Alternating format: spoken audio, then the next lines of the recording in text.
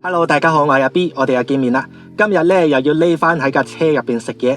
我今集會同大家食叉燒飯。咁點解食叉燒飯呢？我覺得叉燒都係一樣幾受歡迎嘅食物嚟噶。而家基本上全世界，就算連外國，其實都好多外國人中意食叉燒。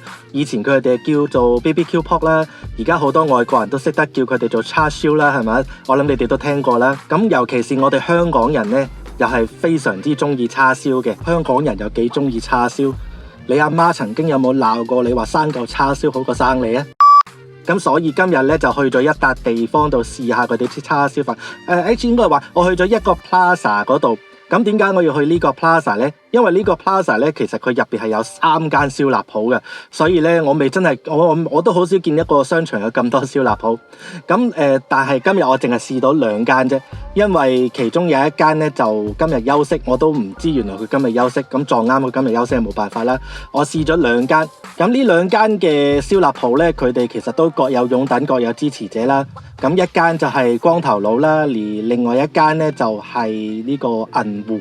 咁我今日去呢個商場咧就叫做鴻運中心，佢就喺士嘉堡嘅 McNicoll 同埋 Midland。我諗好多觀眾都應該唔會陌生，因為佢隔離咧就係一個都歷史都幾悠久嘅怡康老人中心啦。咁佢亦都服務咗社區好多年，所以咧好多時我以前自己都喺怡康做過義工㗎。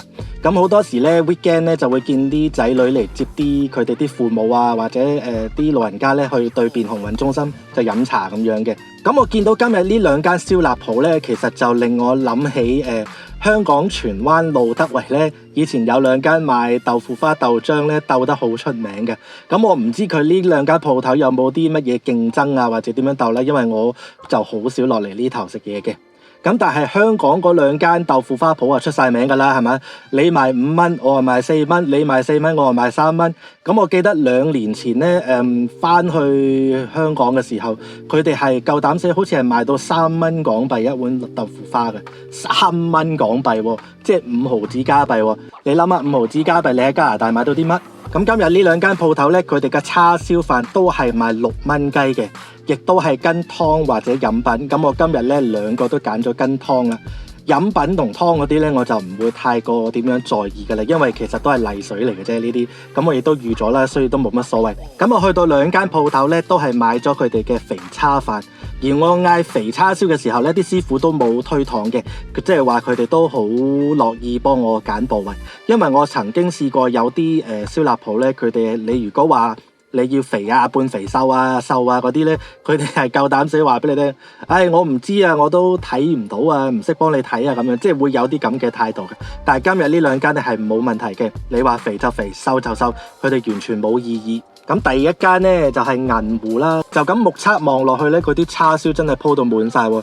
咁有2條裝飾嘅菜心啦，跟住淋咗少少豉油汁，盒飯拎上去咧係幾重手幾大盒嘅。咁叉燒咧就真係話肥就俾肥你嘅，所以呢度幾好，要加啲分。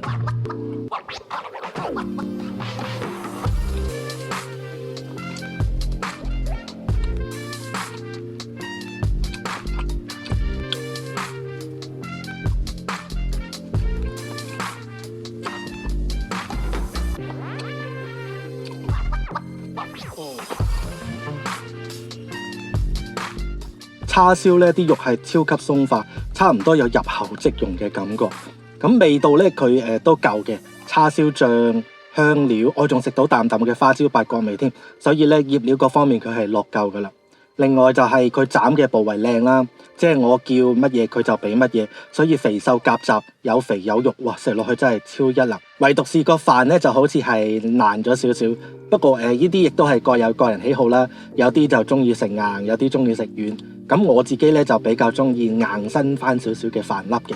咁跟住落嚟咧就係光頭佬咯喎，光頭佬咧又係長期排隊嘅，我亦都係同樣喺佢度買咗佢嘅肥叉燒飯。就咁望落去咧，佢叉燒就係紅潤少少嘅，肉質睇落去咧亦都應該係有彈性少少。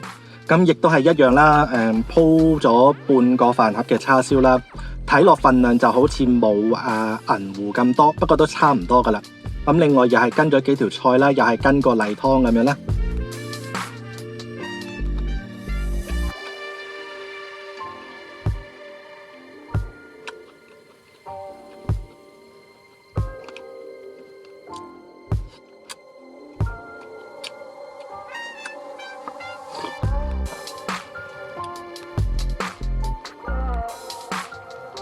我都真係唔識揀啊，兩間都一樣做得咁好。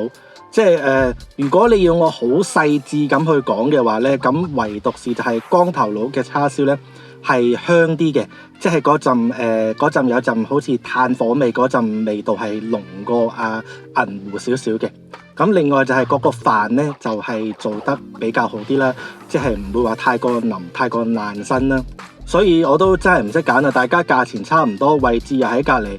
咁如果你要我揀嘅話，可能就係其實係去到邊個唔使排隊，我咪去邊度咯，係嘛？咁如果你話仲要講埋個例湯嘅話呢，個例水呢，即係咁光頭佬呢就好似係真材實料少少嘅。但係頭先入到去呢，我唯一見到一個好明顯嘅分別就係銀湖嘅客戶服務呢，好似係好啲咯，即係感覺舒服啲。個老細啊或者個師傅啊，佢哋係比較友善啲。但係光頭佬咧，唔係話佢惡，不過即係可能我同佢唔熟啦，我唔係熟客，所以佢冇嘢同我講。但係我一樣銀湖我都唔係熟客嚟㗎，但係嗰啲師傅就會同我傾下偈啊，講兩句啊咁樣咯，係咯，唯獨是係呢度有啲分別咯。咁但係我知道其實大家食嘢都有你嘅自己嘅喜好啦，所以佢哋兩個都各有各擁躉嘅，我知道。咁繼續大家支持翻自己中意嗰間咯，我覺得兩間都係食得過噶啦，尤其是佢哋嘅價錢同埋份量呢，真係冇得頂噶。好啦，今日條片就短短地，唔好嘥大家咁多時間啦。咁如果係中意我嘅影片呢，就記住去訂閱、讚好、留言同埋分享咯。我哋下次再去第二度食嘢啦，拜拜。